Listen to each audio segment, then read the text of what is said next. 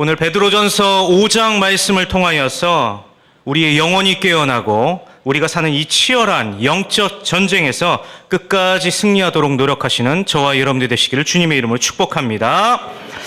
오늘 저와 여러분들의 삶을 돌아보면 분명 겉으로 보기에는요, 평범하고 또 자연스럽게 우리의 인생이 흘러가는 것처럼 보일 수 있겠지만요, 하지만 지금 이 순간도 우리의 눈에 보이지 않는 영적인 세계 속에서 우리는 치열한 전쟁을 벌이고 있다는 사실을 잊지 않으셨으면 좋겠습니다.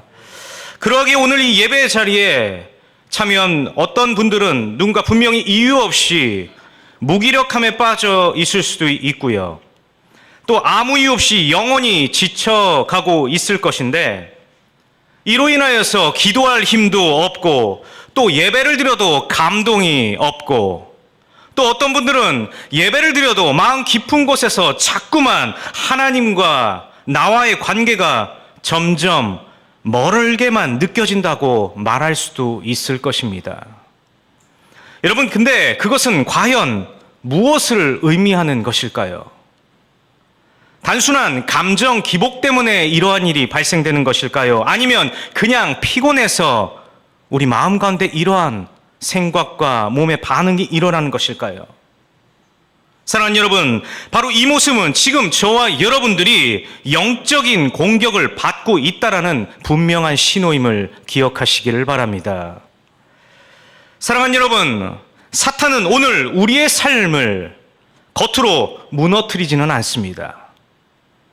그러나 사탄은 조용하고 은밀하게 또 천천히 우리의 기도 시간을 빼앗으며 우리가 하나님 앞에 머무는 시간을 점점 흐리게 만들고 또 하나님의 임재에 대한 감각을 마비시켜버린다는 것을 잊지 마시기 바랍니다. 그러면 결과는 어떠할까요? 이러한 영적 공격을 받으면 우리의 모습과 생각은 어떻게 반응할까요? 예배를 드리는데 마음이 떠 있게 됩니다. 성경을 폈지만 말씀은 내 안에 들어오지 않습니다. 기도를 하려고 하는데 입이 열리지 않게 됩니다. 이처럼 이런 문제는 결코 작은 문제가 아니라 지금도 우리가 보이지 않는 영적 한가운데 저와 여러분들이 서 있다라는 것입니다.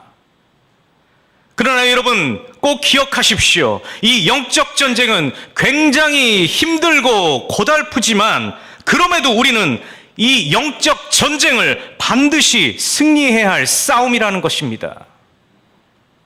왜냐하면 우리 하나님께서는 이미 저와 여러분들에게 승리할 수 있는 능력의 무기를 이미 주셨기 때문입니다. 그것은 무슨 능력입니까? 바로 말씀의 검, 믿음의 방패, 구원의 투구, 성령의 검, 그리고 기도의 능력이 우리에게 있기 때문이라는 것입니다. 그러기에 오늘 우리는 이러한 무기를 들고 싸워 나가야 합니다. 오늘 말씀을 통해서 저와 여러분들 이러한 영적 전쟁이 어떻게 시작이 되고 또 사탄은 어떠한 방식으로 오늘 저와 여러분들을 무너뜨리려 하는지 말씀을 통해 함께 은혜 받는 시간이 되시기를 바랍니다. 첫 번째입니다. 오늘 사탄은요, 우리의 영적 감각을 무디게 만드는 것부터 그들의 작전을 시작한다는 것을 잊지 마시기 바랍니다. 사랑하는 여러분, 사탄의 영적 공격은 결코 드러나거나 보이게 또 드라마틱하게 공격이 들어오지 않습니다.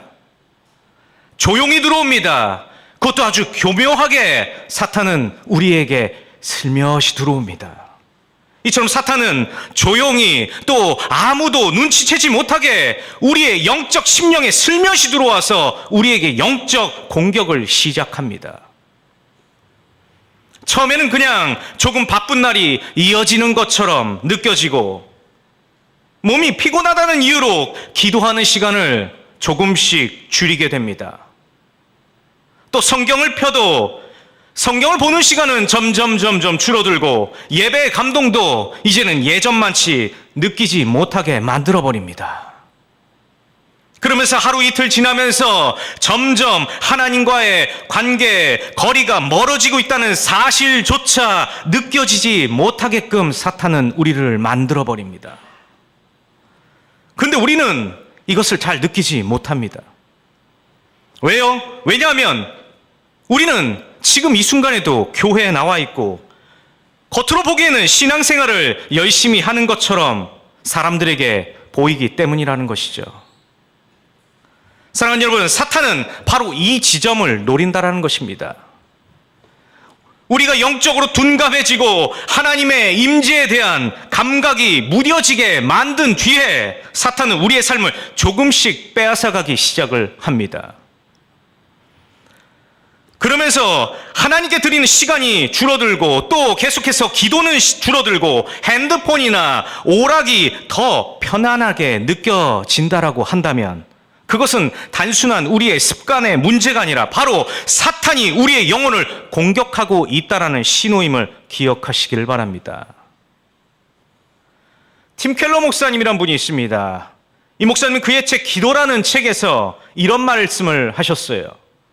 하나님께 드리는 기도가 줄어드는 순간 우리는 삶의 방향을 잊어버리고 결국 자기도 모르게 자기 중심적인 세계로 들어가게 된다라고 말을 했습니다. 그렇습니다. 오늘 저와 여러분들 하나님과의 연결을 놓치는 순간 우리의 내면은 세상과 환경에 점점 휘둘리게 될 수밖에 없다라는 겁니다. 이전에는 분명히 분별했던 일들, 지금은 왠지 모르게 애매모호해지고 예전에는 당연하게 여겼던 그러한 신앙의 우리들의 기준들이 이제는 조금씩 흔들리기 시작을 합니다. 이 상태가 오래 지속되다 보면 사탄은 거기서 끝내지 않습니다.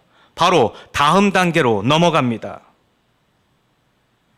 말씀에 대한 갈급함이 점점점 사라지게 됩니다. 또 기도가 귀찮아지게 됩니다. 예배가 마치 의무로 느껴지는 상태로 바뀌어져 버리게 됩니다. 그렇게 되면 더 이상 말씀에 순종하고자 하는 우리의 의지도 약해질 뿐더러 결국은 하나님의 뜻보다 나의 감정이나 또 나의 상황을 앞세우는 삶으로 바뀌어져 버리게 된다는 것이죠. 여러분, 이것이 바로 사탄이 원하는 그림임을 잊지 마시기 바랍니다. 그렇기 때문에 오늘 우리는 지금 내 삶에서 기도가 줄어들지는 않았는지, 또 말씀을 대하는 태도가 예전만큼은 달라지지 않았는지, 또 우리가 드리는 이 예배를 통하여서 예배에 대한 감격은 사라지지 않았는지 세심하게 점검해 봐야 할 것입니다. 사탄은 이렇게 오늘 저와 여러분들의 무관심과 방심을 이용합니다. 처음에는 아무 일도 아닌 것처럼 느껴지는 이러한 변화들이 결국 하나님과의 연결을 끌어버리는 것까지 이르게 만들어 버린다는 겁니다. 사랑하는 중앙의 교회 여러분, 지금 내 안에 예배와 또 기도가 무겁고 부담스럽게 느껴지고 있으시다면 그것은 하나님께서 오늘 저와 여러분들에게 보내시는 경고일 수 있습니다. 그럴 때마다 저와 여러분들 주저하지 말고 즉시 회복을 위하여 반드시 다시금 기도의 자리로 나아가시는 우리들이 되시기를 바랍니다. 두 번째입니다.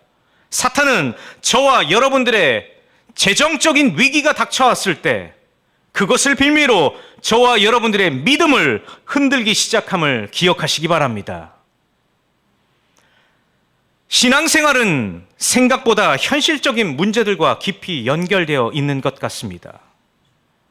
특히 재정적인 어려움이나 또 예상치 못한 상황을 우리들이 마주하게 되면 그때 우리의 믿음은요, 더욱더 극단적으로 시험을 받기 시작을 합니다.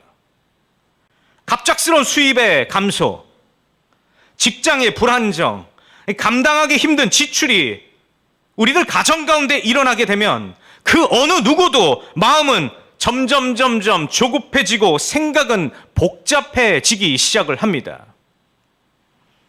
또 그 어려운 순간에 우리들이 그 기도 제목을 놓고 아무리 기도해도 당장 눈앞에 현실을 바라보면 바라볼수록 낙심하게 되고 하나님의 약속보다 내 통장에 있는 숫자와 또 통장 잔고에 점점 민감해지게 됩니다.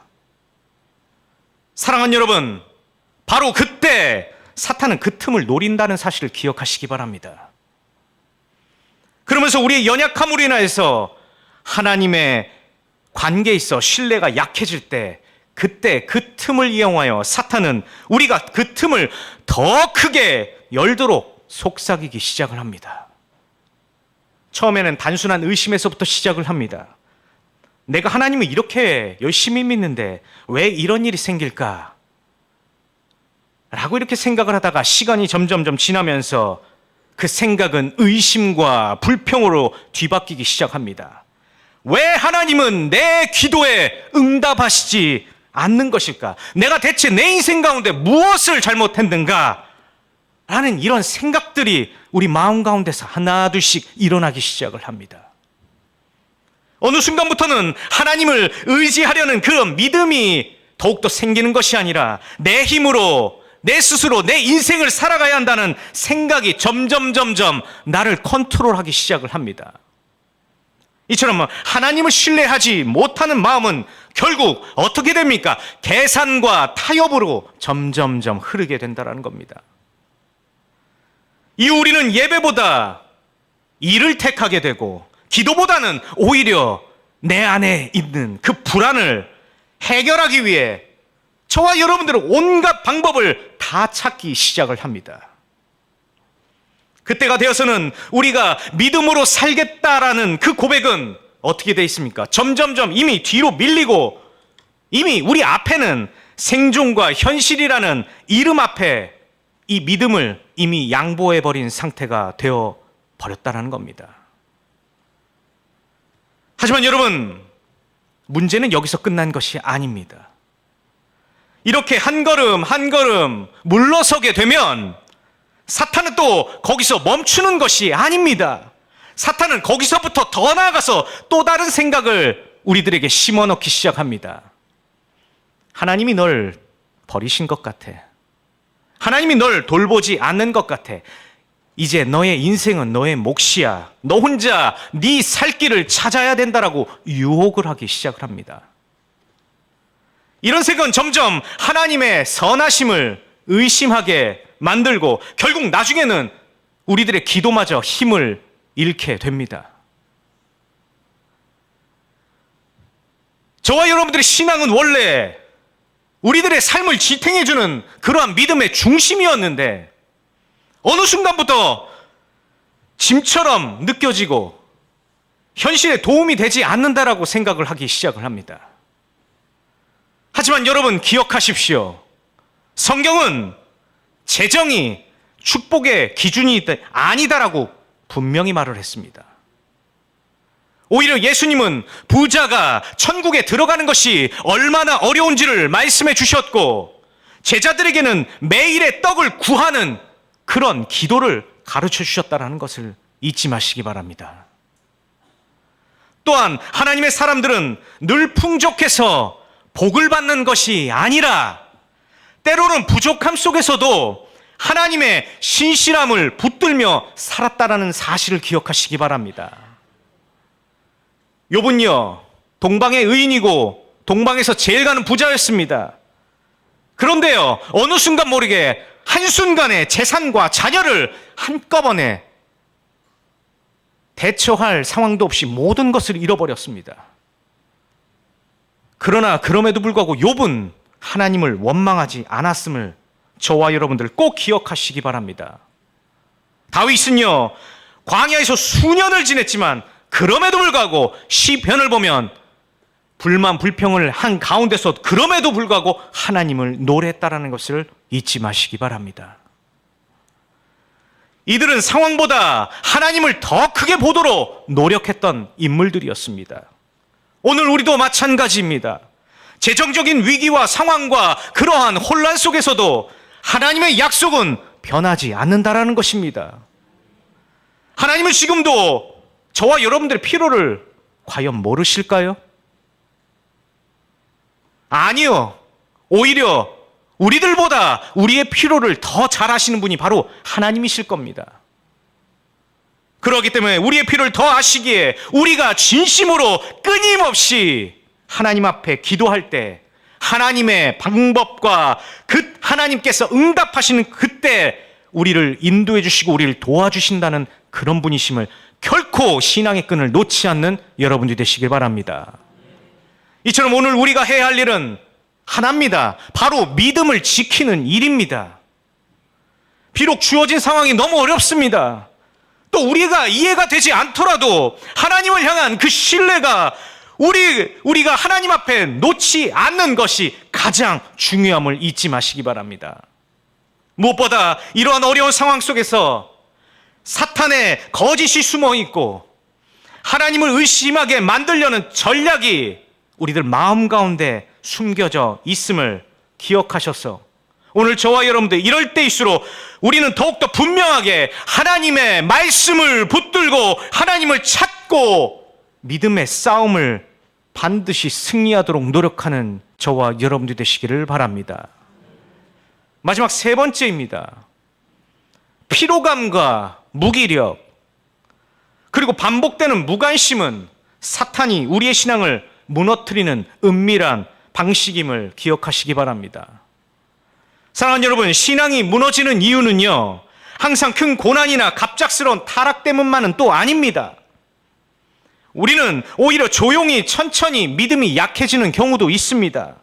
그러면 그 시작은 대부분 어디서부터 올까요? 바로 피로감에서부터 오기 시작합니다. 일상이 반복되는 몸과 마음이 지칠 때 예배의 감동은 점점 줄어들고 기도의 자리는 점점 멀어집니다. 성경을 읽어도 마음에 들어오지 않습니다. 잠깐 쉬면 괜찮아지겠지 생각하지만 사실 그 무기력은 신앙을 마비시키는 방향으로 우리들을 이끌고 갑니다. 이처럼 사단은 인간의 피로를 이용하여 예배의 감격을 흐리게 하고 또한 기도의 필요성을 점점 희미하게 만들어 버립니다. 그러면 신앙의 습관조차 의미 없이 반복되고 또 멈추게 되죠. 또 거기서 끝나는 것이 아니라 우리의 신앙의 겉모습은 마치 사람들 눈에는 신앙인처럼 보일지 모르겠지만 실제로는 하나님 없이 살아가는 것과 다르지 않는 상태일 수도 있다는 겁니다. 이처럼 무관심이 반복되면 신앙의 껍데기만 남고 하나님과의 관계는 점점점 멀어지기 시작합니다. 이럴 때일수록 저와 여러분들을 억지로 무언가를 하도록 애쓰기보다는 있는 그대로 하나님 앞에 나아가시기 바랍니다. 하나님, 난 너무 힘듭니다. 하나님, 나 너무 지쳐 있습니다. 하나님을 만나고 싶습니다. 하나님, 이런 나를 도와주시고 만나 주시옵소서. 바로 이러한 고백에서부터 회복이 시작이 됨을 기억하시길 바랍니다. 말씀을 마무리하도록 하겠습니다. 사랑하는 중앙의 교우 여러분, 힘들어도 기도할 마음이 없어도 말씀을 통하여서 다시 기도의 자리로 나아가시고 다시 하나님 앞에서 솔직한 마음으로 엎드리는 것이 가장 그 어느 때보다 저와 여러분들에게 중요한 것임을 잊지 마시기 바랍니다. 또한 믿음이란 감정이 아니라 결단임을 기억하시기 바랍니다. 지금 우리가 어떤 시간을 보내고 있든 하나님은 지금도 여전히 저와 여러분들을 붙들고 계십니다. 또 그분의 진리는 변하지 않습니다. 우리의 삶을 인도하시는 그 하나님의 손길은 여전히 변함없이 신실하십니다. 그러니 힘드시더라도 다시 일어나셔서 결단하며 나아가시기 바랍니다. 흔들릴 수는 있지만 무너지지 않겠다라는 바로 그 마음과 믿음, 또 지칠 수는 있지만 포기하지 않겠다라는 그 마음, 그리고 하나님께서 나를 부르신 분명한 목적이 있다고 믿으시면 오늘 하루, 이번 한 주 하나님의 부르심에 순종함으로 하루하루를 힘있게 살아가시는 사탄의 속삭임에 흔들리지 않는 저와 여러분들이 되시기를 주님의 이름으로 축복합니다. 제가 기도하도록 하겠습니다.